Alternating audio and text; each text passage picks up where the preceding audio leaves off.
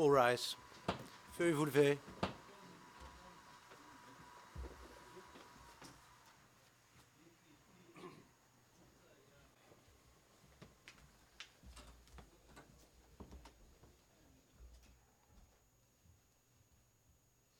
Please be seated.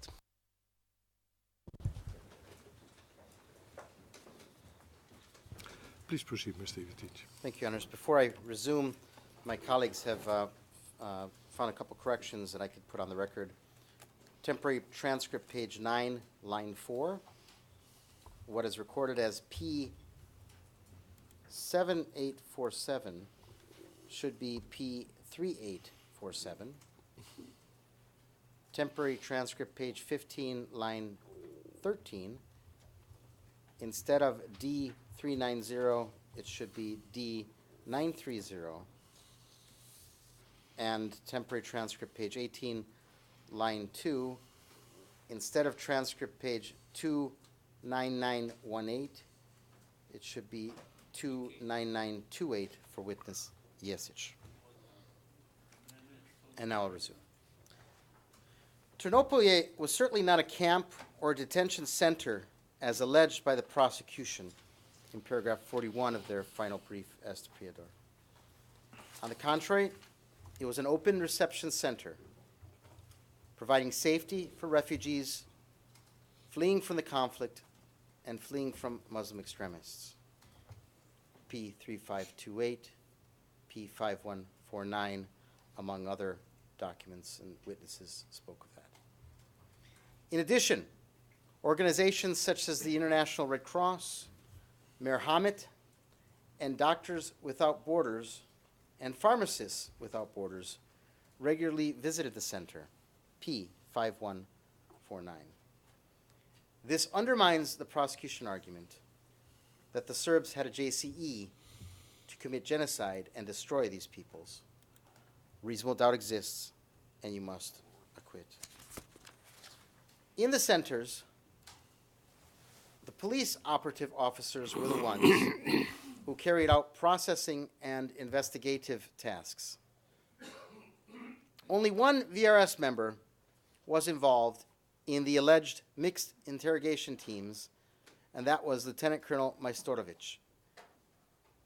The participation of Majstorovic in these interrogations has to be observed in light of P2895, where Majstorovic is mentioned as being responsible for investigators. Paragraph 4 of this document states that they can only be absent with the permission of Simo Drlača. And paragraphs 11 and 15 show they are only allowed to report to Simo Drlača and not the VRS. General Kaletrić even confirmed that he had no idea Majstorovic was in Omarska until after the war. Given this evidence, this clearly demonstrates that Majstorovic acted of his own accord and under the instructions of Drlača and was not even allowed to follow instructions of the VRS. Thus, General Mladić cannot be held responsible.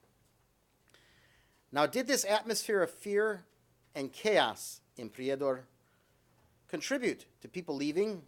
It probably did, all peoples. Did regrettable excesses and even deaths in the way of collateral damage or even killings happen in combat, clearing the terrain, or in these civilian-run detention facilities? Probably, but it was neither intended, planned, ordered, nor known by General Mladić. We are not here today judging Simo Drlača of the Prijedor MUP, nor are we judging other local leaders. General Mladić can only answer for his conduct and allegations of his crimes, not the conduct and crimes of others beyond his effective control. One must look at the reporting that comes to General Mladić about the alleged crimes in Karaturm and Omarska. He does not get much information, as these are police centers. There is evidence, for instance, that for the infamous so-called Room 3 massacre, P161, a report sent to the main staff, talks of a mass escape that was attempted and thwarted, with 50 prisoners killed in the process. Now, this report does not raise any illegality in the deaths so as to put General Mladić on notice, nor create a nexus between him and the actions of the police that control Karaturm. Logically and reasonably, and in accord with in dubio pro reo, we can conclude a benign and non-criminal conclusion from this report. Likewise, P248, dated the very next day, talks of a new attempt to escape, which was thwarted in time. There is no talk of deaths. Now, General Mladić does not have a duty to investigate if the reporting is accurate based on what is reported in these two reports. As such, there is no nexus between these incidents, irrespective of whether a crime or not, and General Mladić. As to Omarska, the evidence is clear that no reporting came to Mladić. SJB Chief Drlića was in charge of Omarska, P4136, just as he was in charge of Karaturm. In evidence we have P2895, and at pages 2 to 3 it states that security services at the collection center shall be provided by the Omarska police station. This document signed by Drlića also states, quote, I most strictly prohibit giving any information whatsoever concerning the functioning of this collection center. All official documents shall be kept at the collection center and may be taken out or destroyed only with the permission of the chief of the Prijedor Public Security Station. This shall be the responsibility of the security staff, end quote. The implementation of this order was supposed to be supervised by Police Chief Dusan Jankovic. If I can have the next slide. Next, there. I may have talked about this earlier, but in the prosecution's brief they imply that General Mladić issued an order for these MOOP camps to be cleaned up before a visit of the ICRC and media. And what we have on the screen is P2879, which the prosecution uses as support for this. But if you look at the recipients, is it sent to Karaturm or Omarska? No, it isn't. Is it in relation to only Omarska and Karaturm? No, it isn't. As is plainly evident from the plain text of this order, Mladić is telling the subordinate commander to prepare for a visit to several places, including Mladića, which is a VRS facility, and asks that the subordinate commander contact the MOOP in relation to other facilities on the territory. If Mladić were directing the actions at Omarska and Karaturm, he would send this order directly to those facilities and order them to do so. He cannot. Now, let's go to the next slide. And if we look at another document, P201, and this is Talić's order after receiving the previous order from Mladić.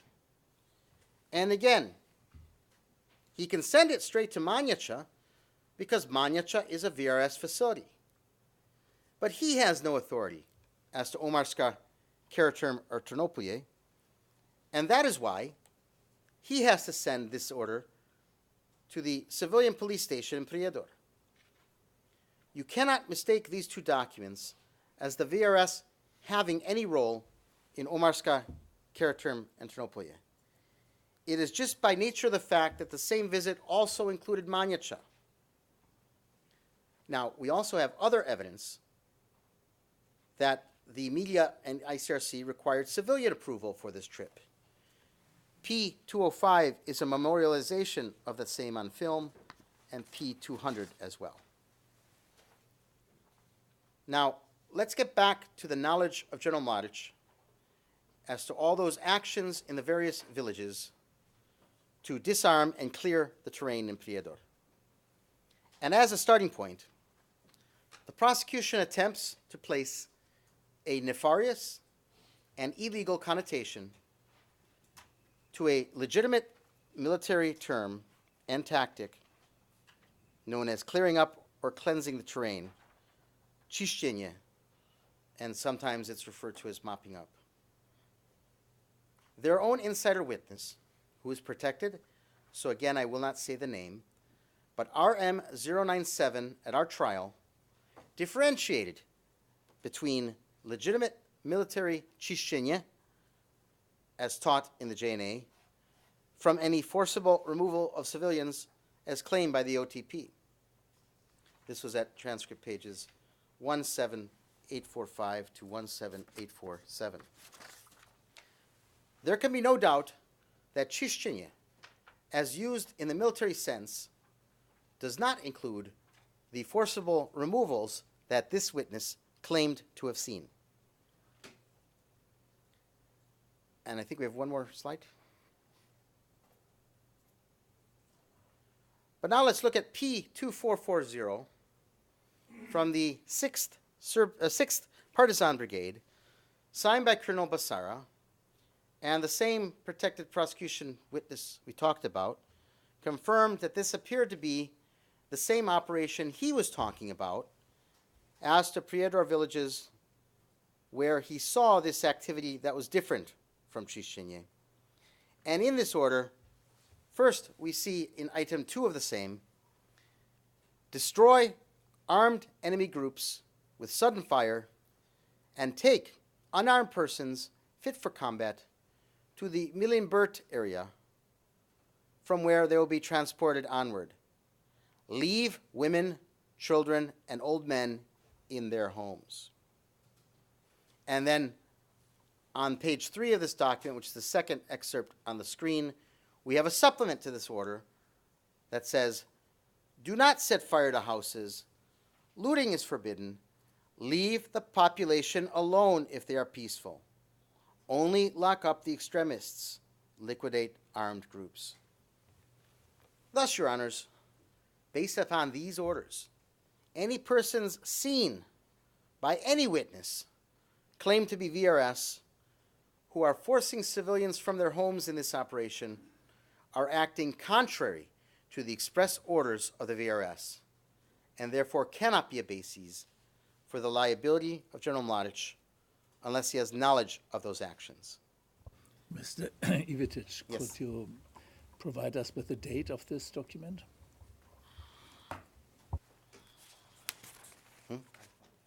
We could get that perhaps by the next break, Your Honors. Thank you. Now, if we look at the body of evidence as to the reporting on these activities, we see no such information or knowledge of crimes being reported to Mladić. The prosecution highlights several reports in paragraph 19 of its final brief as to Prijedor. But if one actually reads the documents cited by the prosecution in this paragraph, all the other evidence also cited, we see that none of these give notice of crimes against civilians, but rather talk of legitimate military actions against Green Berets and members of paramilitary formations. And, Your Honor, as to your question, P2440 is dated the 18th of June, 1992. Thank you. Again, if General Mladić is getting this kind of reporting, even if perhaps not entirely accurate, he cannot be blamed for the actions. Lastly, on this topic, the prosecution attempts to raise a lot of smoke and mirrors by referring to a report by Mladić to the main staff, P3697, and this is at paragraph 25 of their final brief. But Mladić is reporting that all activities are proceeding in accord with Directive 1. Now, the prosecution would like to imply that this means that it's talking about crimes. But if we recall Directive 1, and if we think about how Mladić, familiar with Directive 1, would understand things are proceeding in accord with Directive 1, P474 was Directive 1. And we saw it earlier last week, and it talked about treating this, about how to treat the civilian population that was not engaged in war properly and treating POWs in accord with law. So if Mladić is reporting that everything is proceeding in accord with Directive 1, there can be no notice of any criminal activity. Now, remarkably, in the final brief, the prosecution spends a lot of time talking about and intending to prove VRS involvement in the crimes at Korycianskie Stieny, that is paragraphs 46 and 47 of their brief. I'm shocked again that the prosecution resorts to raising an unscheduled incident that has been crossed out,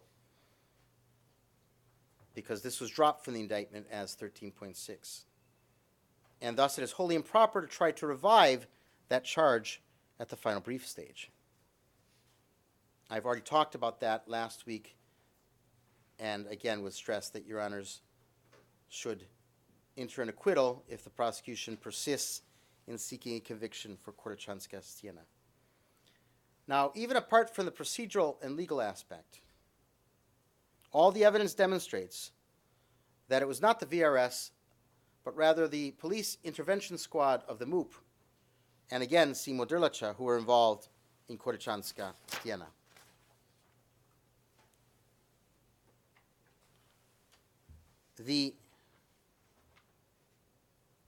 All the orders received as to Korycianskie Stieny came from the MUP, P2432.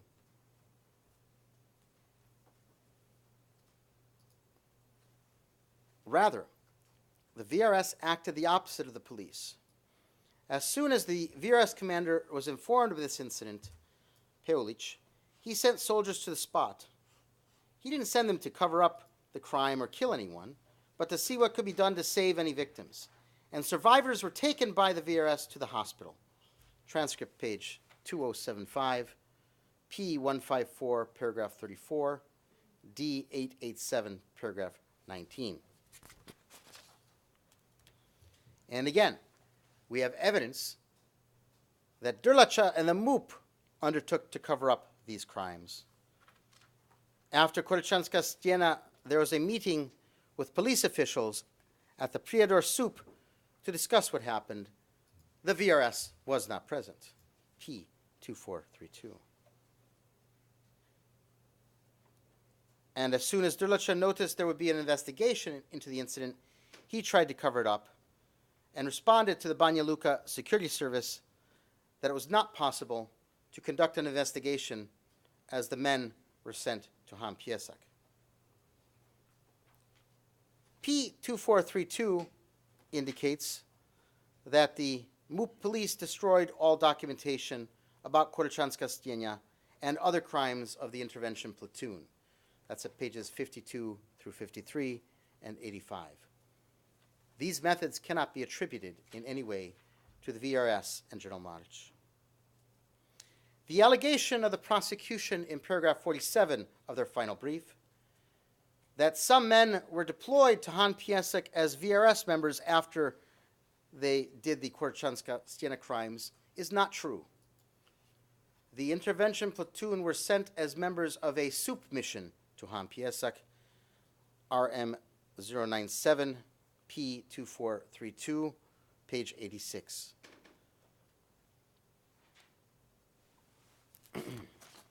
Therefore, all the mentioned evidence can only lead to one possible conclusion.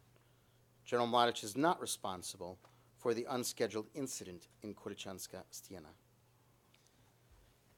Now I want to move to a related area, the Tomashica evidence, which was part of the reopening of the prosecution case.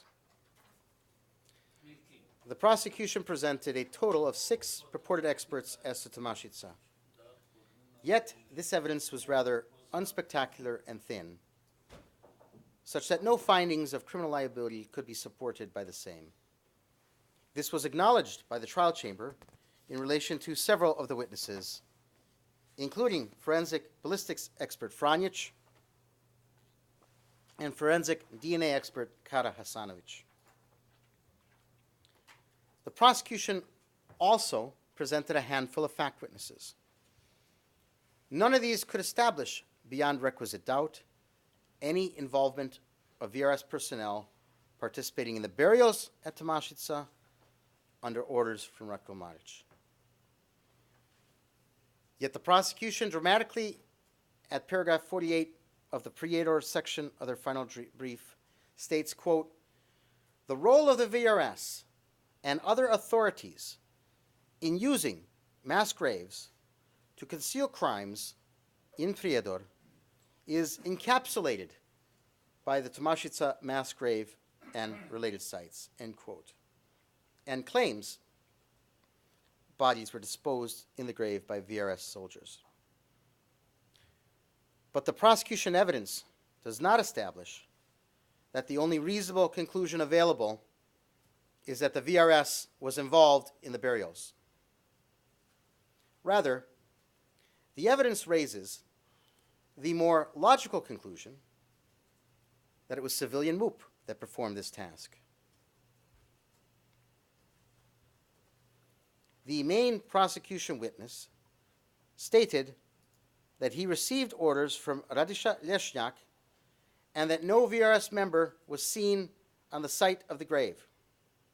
That's at transcript page 36210 to 36211.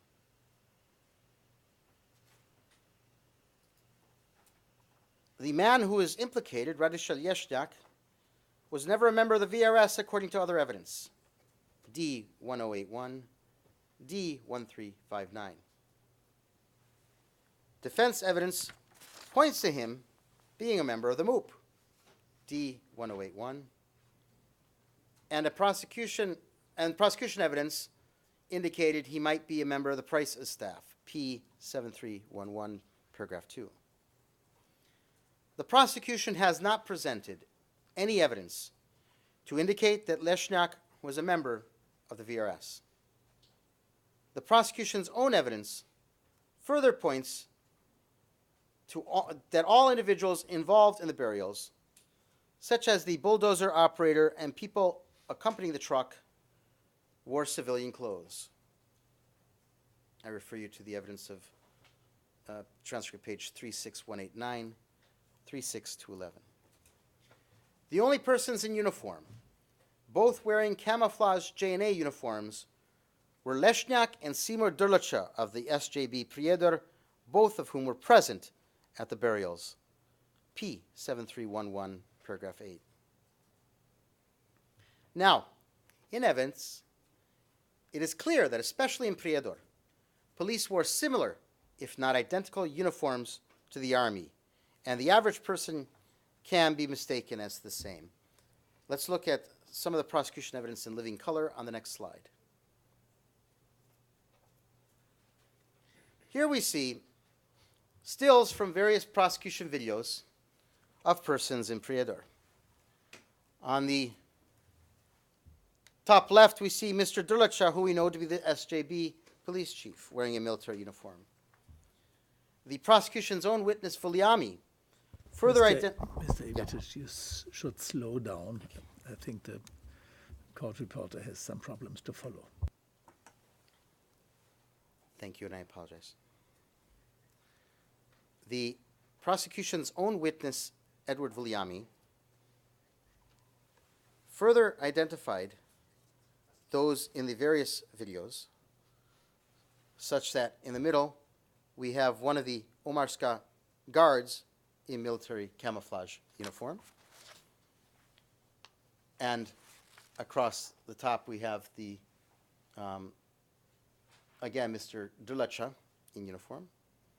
Then across the bottom we have Mr. Stakic in camouflage military uniform, And most instructive is the last picture where we see Mr. Stakic, Mr. Kovacevic, Mr. Dolicha, and Colonel Arsic, with everyone except Kovacevic wearing the same military-style uniforms, and Kovacevic is wearing a U.S. military T-shirt. So this shows that the MUP, civilian organs, and the VRS in Prijedor all wore military camouflage uniforms. Given that there is this overlap of persons in uniform,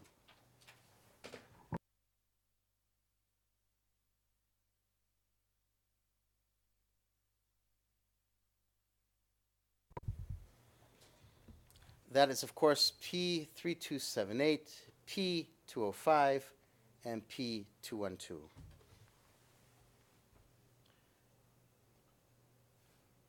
Given that there is this overlap of persons in uniform in Prijedor, identifications based solely on uniforms, whether in regard to Tomashica or another aspect of Prijedor, like the Omarska, Karaterm, and Ternopolye camps, must be taken suspect, and the conclusion remains possible that MUP personnel are being misidentified and mistaken for VRS soldiers. As to Tomashica, one prosecution witness talks of military police who allegedly assisted in the transport of bodies to Tomashica from Karaterm. His statement is P7314, and this is at paragraph 16 to 18. There is a slight problem with his testimony, however. Among the, quote, military policemen, end quote, that he sees in uniform and driving the, quote, military police, in quote, civilian car in front of him are in fact known MUP members. He identifies by name Sikirica, the Karaterm commander as we know him, and Dushan, Doshan, whom we know to be one of the shift commanders. And he includes them as being dressed with white belts and thus part of the military police. Again, the prosecution has already conceded Karaterm is run by the MUP, specifically SJB Prijedor. P7313 indicates that MUP guards at Karaterm wore military uniforms. Now, the prosecution witness in question can be forgiven for misidentifying MUP at Karaterm as VRS military police. But the prosecution cannot. They prosecuted and convicted both Doshin and Sikirica as police personnel before this very same tribunal. They cannot feign ignorance. They cite to Sikirica's conviction in footnote 349 of their final brief. The minute they tender a statement that affirmatively claims that VRS were involved and that Sikirica and Doshin were two of those VRS involved, they have an affirmative obligation and duty to tell this court, Your Honors, we note pursuant to our duty of candor that both Doshin and Sikirica are SJB MUP and not VRS. Instead of this, the prosecution dares to present this faulty statement as affirmative proof of VRS involvement, as some of the primary proof. During closing, they also mentioned talk of other witnesses who saw persons in military uniforms at the burials. First, this is inconsistent with the other evidence that everyone was in civilian clothes. That is reasonable doubt. Second, that ignores the fact, which we have now talked about, that even police and civilian personnel wore uniforms. That is reasonable doubt. Likewise, persons mobilized for work duty, such as drivers, also were forced to wear a uniform, as the prosecution's other evidence demonstrates. This too is reasonable doubt. Now let's look at how else the Tomashica burials are desperately linked by the prosecution to Ratko Mladić and the VRS. The prosecution claims that machinery of the VRS was used, but the evidence is that VRS equipment was in Gradačac, in Mladićka municipality, not Prijedor, 140 kilometers away at this time. Witness Vujic talked about that. Transcript page 41507. Your Honors may recall that the prosecution attempted to present expert evidence by way of a report, P7441, prepared by forensic officers of the BIH investigating authorities.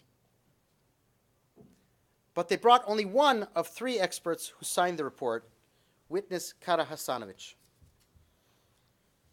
After cross-examination, and the witness disavowing her ability to discuss the expertise of the two remaining parts of the report, you, Judges Ori, Fluge, Maloto, affirmatively ruled that you will not rely on the dactyloscopy part or chemical part of the report co-authored by Kara Hasanovic unless the other experts were called to testify. That's at transcript page 36555, 36567. But those witnesses were not brought, and thus the relevant parts of P7441 must be excluded from consideration as evidence. This includes the purported identification of JNA or VRS-style gas masks unearthed at Tomashica. Thus, it is shocking that although the prosecution did not bring the experts in question to be crossed on the identification of the gas mask, they still want to rely on the same to prove the guilt of Ratko Mladić. And this is even after Your Honors have twice said you will not rely upon that part of the investigative report. They cite to this evidence you have excluded in footnote 304 of paragraph 50 of their Prijedor final brief. Now, because I want to leave no doubt, and this shows how desperate the prosecution is, the identification of the gas mask was called into question in the cross of Kara Hasanovic, who again could not answer because her absent colleague did that part of the report. May we have the next slide.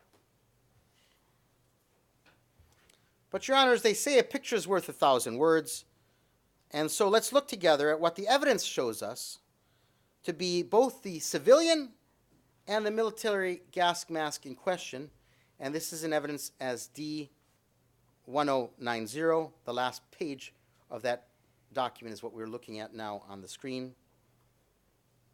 Now, are they telling us that without an expert, you are allowed to guess and conclude that the mask in question is a VRS and Army model as opposed to the nearly identical civilian model? That for a mask that has been buried for decades? Now, I won't even dwell on how the Bosnian MUP witnesses couldn't even get their story straight as to who opened the evidence bags, who carried the evidence bags. Both Franjic and Kara Hasanovic pointed the finger elsewhere. Now, if you follow the law, if you adhere to in dubio pro reo and the burden of proof, no link can be concluded as to Tomashica under this evidence for my client, Ratko Mladić, and you must acquit. Now let's look at another prosecution tactic as to Tomashica. In paragraph 52 of their final trial brief as to Prijedor, they make the claim that, quote, evidence from autopsies of persons most recently exhumed is consistent with execution-style killings, end quote. And they cite to Dr. John Clark. And they go on to focus on the number of injuries to the head as indicative of an execution.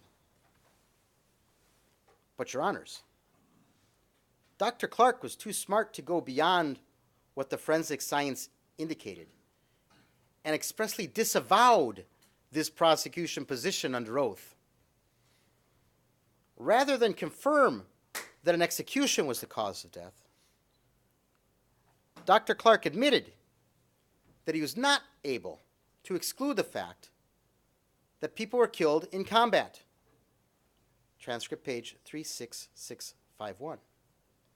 And in fact, Dr. Clark expressly declined to conclude, based on the high frequency of head wounds, that the deceased died as part of an execution. Transcript page 36681 through 4. So why isn't the prosecution honest and truthful about the evidence? Why does it want to put words in Clark's mouth that he did not agree to? Apart from prosecution counsel, Eva Tabot also wanted so desperately to prove executions that she put words in Dr. Clark's mouth that he did not utter. Tabot claimed the deceased were subjected to shooting from machine guns, or sometimes handguns, indicative of being machine gunned down. P7449, page 23. Tabot initially claimed that this was based on Dr. Clark's findings and that he supported her conclusion that these people had been victims of execution. Transcript page 36807, 36808, 36830, 36831. However, after being confronted with the fact that even Dr. Clark, on whose report she relied, did not use the term machine guns, Tabot was forced to admit that while Clark used the term, quote, high-velocity rifle, end quote, she mistakenly read that as machine gun instead of the same, and based on her erroneous conclusion. Thus we have the prosecution and Eva Tabot so emotionally desperate to convince Your Honors to convict my client that they would misstate the evidence. Only an acquittal can remedy such a flagrant disrespect for justice and due process on the part of the prosecution and Dr. Tabot. I will only remind you that Dr. Stankovic clarified for us that in combat, the most often targeted and struck parts of the body are the head and chest. Lastly, as to Tomaszewska, the prosecution in paragraph 57 of their brief as to Priador misrepresent, again, a reference from what they claim to be the notebook of Ratko Mladić as to the knowledge of Simo Drlača's cover-up in Tomaszewska. Assuming and taking the prosecution at its word that this is Mladić's notebook, their evidence at best establishes a totally different conclusion.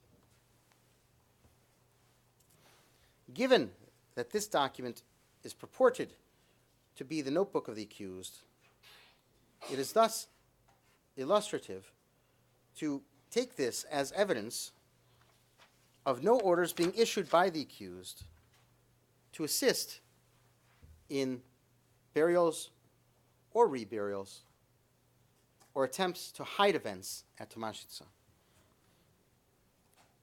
To the contrary, this document records the response of the accused to have been, and it's recorded as my position, they killed them, so they should get rid of them. And an investigation must be launched in connection with this case and the information retained, well, to prevent it getting into the hands of unauthorized people. Thus, under this evidence, it is clear that the VRS and accused are hearing for the first time in 1993 about Tomaszczyca, and the accused did not approve of the Tomaszczyca burials nor reburials, and did not authorize his subordinates to assist in the same, but ordered that an appropriate investigation be launched into the events and actions of the MOOP surrounding Tomaszczyca, and that the results of the investigation be safeguarded for the appropriate authorized organs to deal with.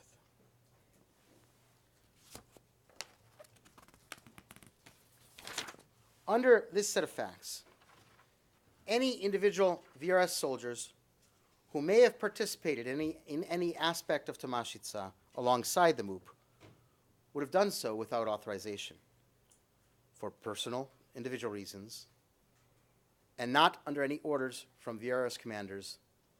In fact, they would be acting directly contrary to the only orders alleged to be issued by the accused, Ratko Mladić, according to the prosecution's own evidence. Thus, no criminal responsibility could attach to the accused from the same. By the way, we heard a lot last week, from the prosecution during their closing arguments that General Mladić and Mr. Drlica were somehow close. This is a new tale that we hear for the first time in closing. Where is the evidence of such a relationship? Why is the evidence as to Prijedor full of references to Drlica and no sign of Mladić with him? If anything, the Tomaszczyca situation we have just been discussing demonstrates that General Mladić was neither close to Drlica nor a fan of his. The Tomaszczyca entry from the alleged notebook of the accused, which the prosecution wants us to believe to be authentic, demonstrates bitterness and animosity of Mladić towards Drlica. Further, it demonstrates that Drlica hid Tomaszczyca from Mladić. Under such evidence, the prosecution's claim that Mladić and Drlica were best buddies is unsustainable. Remember, if they are trying to push more than just the tip of the pyramid of the burden of proof, that means reasonable doubt, and you must acquit. Moving to the prosecution's case as to overarching JCE, and I think we have a second slideshow for that.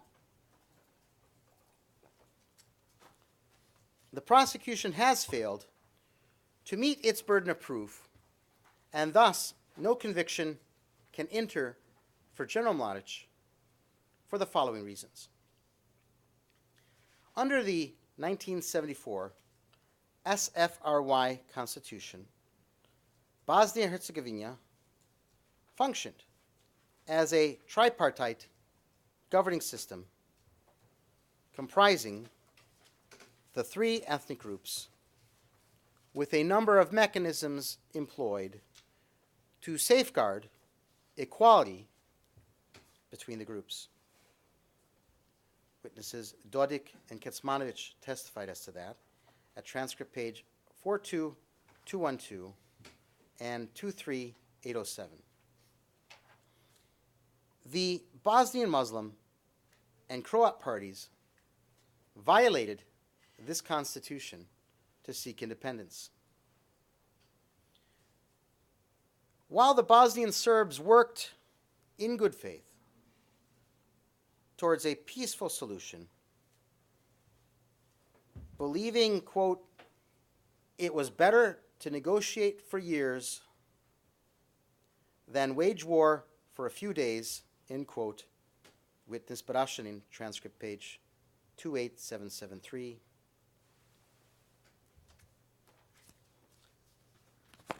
But the SDA began preparing for war by stockpiling weapons and arming themselves. D619, D614, D790, among other evidence, demonstrates that. The effect of seeing Bosnian Muslims and Bosnian Croats forming armed groups filled the Serbs with fear and panic. D675. The atmosphere of insecurity and fear was heightened when Muslim paramilitary groups began to mount attacks. D1690, page 8, D789, paragraph 36, including on Serb villages such as in Večići, D1030. The atmosphere began to worsen with growing tensions described as, quote, catastrophic, end quote, quote, absolute lawlessness, end quote, and, quote, with chaos and terror against the members of the JNA, end quote. D414, page 1. It was during this time, on 12 May 1992, that the accused was appointed VRS Main Staff Commander. General Mladić was tasked with creating an army from a range of disparate groups, including municipal-backed military groups, former territorial defense units, civilian conscripts, reserve officers, and volunteers, all with varying degrees of combat experience and skill. Integrating these distinct and structurally separate groups was a long and protracted process. Witness Kovac testified about that. Transcript page 41356 and 7. The accused is alleged to have contributed to the overarching JCE through his skilled and effective use of command and control as VRS Main Staff Commander. Yet, during these initial stages, General Mladić's command and control was compromised by a number of factors. The prosecution, in their closing arguments, alleged that the JNA 2nd Military District was a, quote, well-functioning military that was part of the JCE in Bosnia, end quote. Transcript page 44389. And they allege that Mladić took over this well-functioning military when appointed VRS Main Staff Commander. Yet what the prosecution fails to mention is, in its inception, the VRS Main Staff comprised only 12 officers, 5 of whom were generals. Both military experts of the prosecution told us that. Butler at 16630 of the transcript, and Dannett at 19165 of the transcript. The VRS Main Staff was also positioned at the reserve command post of the 1st Army from Belgrade. Mr. Tunins discussed that at transcript page 20513. While the ABIH in Sarajevo, on the other hand, inherited the buildings of the former JNA 4th Corps Command, D608, paragraph 21, which was a much better equipped command position. Yet the prosecution would have you believe Ratko Mladić and his 12 men were the league of superheroes to take on the ABIH and the whole world. The lack of professionally trained soldiers, officers, and junior officers created a lack of stabilization for the entire army. Prosecution witness Milovanovic, transcript page 17110, P4381. This was discussed extensively in the defense final trial brief at paragraphs 651 to 676. Some examples include Milorad Šehovac, a brigade commander in the SRK, who complained that his brigade was meant to be staffed with 82 officers, but he only had 3, including himself. D559, paragraph 31. How is it reasonable to assume that 3 professionally trained officers could exercise complete command and control over approximately 1,172 conscripts? D566, page 5. Similarly, on 5 March 1993, Colonel Mladić of the 1st Birac Brigade reported a serious shortage of active duty officers at the level of platoons, companies, and battalions. P5241, page 2. Another major factor that compromised the general's ability to exercise effective command and control over VRS forces was the failure of the civilian leadership to declare a state of war. This created, as General Shukanovic testified, many problems. A state of war had not been declared, so that the army operated and worked under peacetime rules, even though it was in war already. That made command very difficult, but also the other activities and responsibilities of the commands. That's what General Sukanovic told us at transcript page 35679. We also have that in P2201, paragraphs 4 through 9 and 11. VRS soldiers took advantage of this by abandoning their positions, P5241, and generally ignoring orders to remain and fight, D1661. While the prosecution would have you believe that the accused had absolute authority to run the war, that's what they said in their closing, transcript page 44332 to 44336. The material facts show a radically different story. There was a high degree of consolidation of power in the hands of President Karadzic that existed throughout the war. Witness Milovanovic, transcript 16909. And this was argued in the defense final brief at paragraphs 551 to 577 and 648.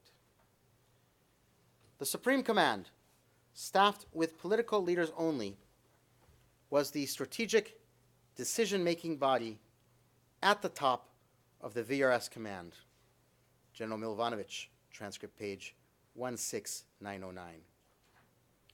Remarkably, General Mladić did not have a right to vote on the decisions of the Supreme Command and was allowed to attend sessions by, quote, invitation only, end quote. P 3042. Other limitations on the general's authority include his inability to exert influence over the selection of corps commanders, which was the exclusive right of the civilian leadership. P 2200. Nor could he influence the development of the 6 strategic objectives beyond normal military operations. Prosecution expert Donia, transcript page 15.525 through 6, and General Mladić, T 16973 through 4. Whilst the prosecution has attempted to convince the court that General Mladić and President Karadzic, quote, talked about things as brothers, end quote, and that their aim was, quote, to move together towards the same goal, end quote, transcript 44334. How is that view reconciled with the evidence of Karadzic's attempts to remove Mladić from his position as VRS commander once in September 1993 and again for August 1995?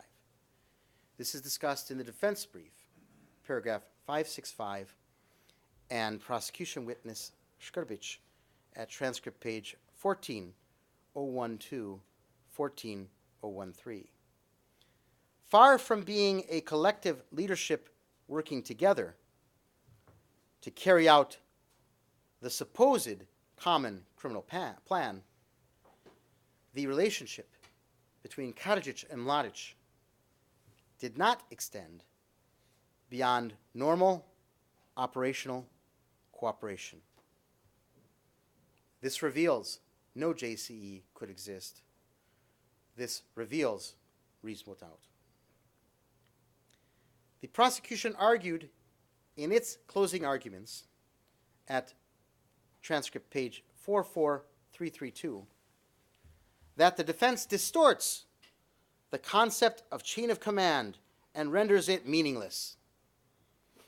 The defense reiterates, General Mladić issued orders from the strategic level of command, but it was corps commanders at the operative level who decided how the action would be carried out.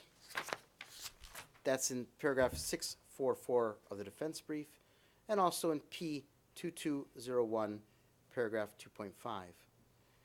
And then the operative level corps commanders would decide how their subordinates at the tactical level would carry out the mission.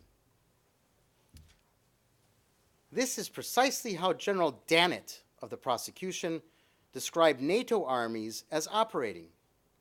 P2629, paragraph 36. So why does the prosecution have to disavow its own military experts time and again? The prosecution wants the chamber to believe that the accused wielded exclusive control over the VRS at all command levels. But this is not reflected by the evidence. Defense final brief, paragraph 643 to 647. The accused was limited by the principles and structure of the VRS. He could not act with impunity, nor did he wield absolute authority. Your Honors, I think we're again at the next break. Yes, I saw you look at the clock already a minute ago, so I was confident that you would not forget it. We Take a break. And we resume at midday. All rise. Veuve vous lever.